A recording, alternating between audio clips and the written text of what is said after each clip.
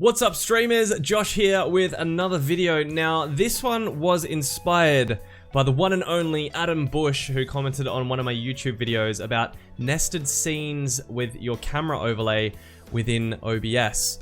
Now I use nested scenes, but I don't actually use nested scenes on my camera overlay in OBS.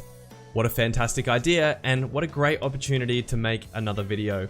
Let's head over to StreamElements, guys. Okay, so the first thing I'm gonna wanna do is go to create blank overlay. I do want 1080p resolution because that's what I stream in. Start. I'm going to add in my camera overlay.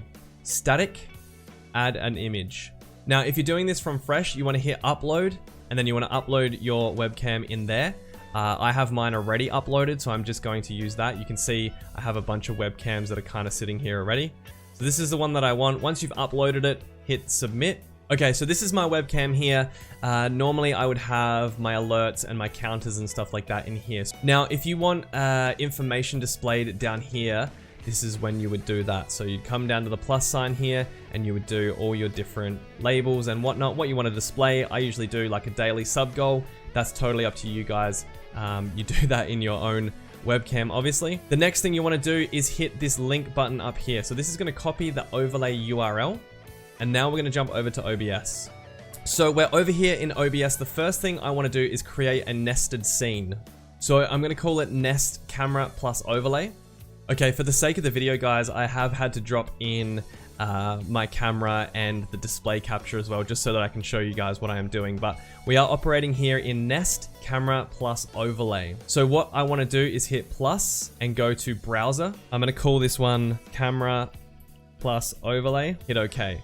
So this is the link URL here that I copied from StreamElements. I'm going to type in 1920 by 1080 because that's the size of my stream. Okay, so I'm just going to turn off display capture because technically that wouldn't be in this nested scene. I'm only doing that for the recording.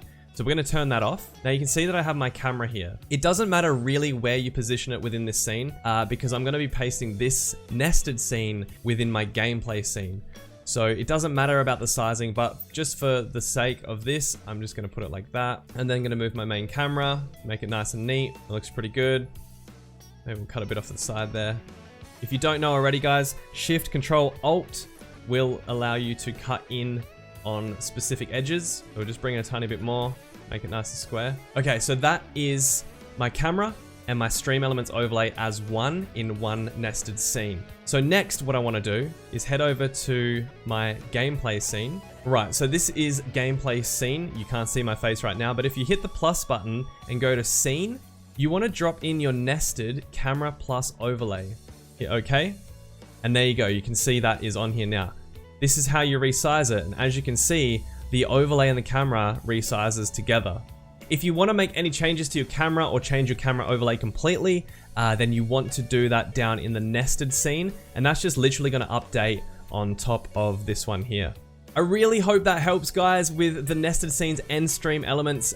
It's something that I didn't really utilize well to start with in my streaming, but I use them now. They're a life changer. I highly recommend you do it, and yeah, I hope this video helped, guys. Thumbs up, and I'll see you in the next one.